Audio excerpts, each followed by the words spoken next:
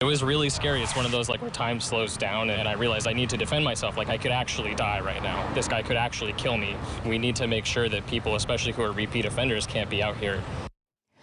On to other news now. A frightening ordeal caught on camera in San Francisco. A man with a large knife seen chasing another man down the street near Jefferson Square Park. The victim telling KRON 4 News this happened while he was walking his dog with his wife Tuesday afternoon. That victim sharing his story with KRON 4's Dan Thorne tonight, who joins us live in the city with more on this scary story. Dan? Yeah, Grant, very scary. This knife chase happening in broad daylight. The victim, who is a software engineer here in San Francisco, says that the attack was unprovoked and he had to actually run for his life. This knife-wielding man was arrested by police officers, telling the victim that he had multiple warrants out for his arrest. That victim telling us tonight that he's hoping that others do not have to experience a similar situation close to their home.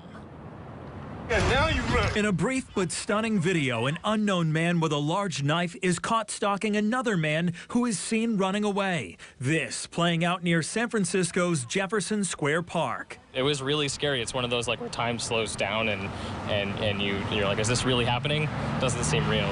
Skylar Givens says his attacker is homeless and had recently taken over this area across from his family's apartment. While Givens and his wife were walking their dog Monday afternoon, the unknown man laying on the sidewalk became aggressive and pulled out the weapon from his bag. He pulls out this big knife. It was like 10 or 12 inches.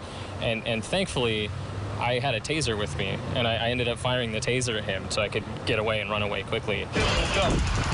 The high-voltage shocks heard on video weren't enough to keep the man from approaching. Givens was forced to run behind a security gate at his home. I never thought I'd have to use my taser. If I didn't react in that way, I very well could have been stabbed. Givens says the attacker was arrested shortly after police arrived. After nearly a decade of living and working in San Francisco, Givens has noticed a recent increase in homeless encampments and drug use in his neighborhood.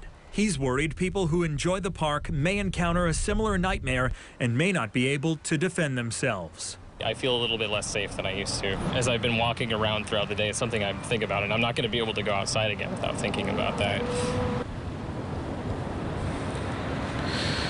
We've reached out to San Francisco police for more information about this case. As of this report, they have not responded. Givens says that he and his wife have been so shaken up about this that they are seriously considering moving out of San Francisco.